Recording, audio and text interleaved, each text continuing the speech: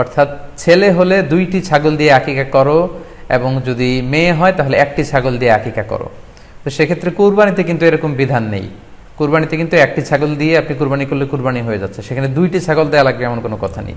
তো এভাবে আমরা বুঝতে পারতেছি, খুবই স্পষ্টত কমন সেন্স খাটালেও আমরা বুঝতে পারতেছি, এবং আল্লাহ রাসূল সাল্লাল্লাহু আলাইহি ওয়াসাল্লামের ভাষ্যগুলো অনুসারে আমরা বুঝতে পারছি দুইটা দুই ধরনের ইবাদত। যদিও এই দুই ইবাদতে কিছুটা মিল আছে, কিন্তু দুইটা দুই সময়ের ইবাদত, দুইটা আলাদা, দুটি উপলক্ষ, দুইটার আলাদা নির্ধারিত সময় রয়েছে। যেমন আকিকার ক্ষেত্রে সুন্নাহ হচ্ছে বাচ্চা যেদিন জন্মগ্রহণ করবে তার 7ম দিন শেষে 7 দিন পরে আপনি আকিকা করবেন। আল্লাহ রাসূল সাল্লাল্লাহু আলাইহি ওয়াসাল্লাম বলেছেন, কুল্লু গুলামিন মুরতাহানুন বিআকিকাতিহি তুযবাহু আনহু ইয়াওমা সাবিহি।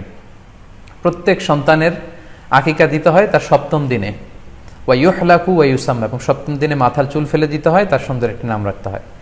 তাহলে আকিকার বিধান হচ্ছে সম্মানিত সুধী সন্তান জন্মগ্রহণ করার 7 দিন পরে।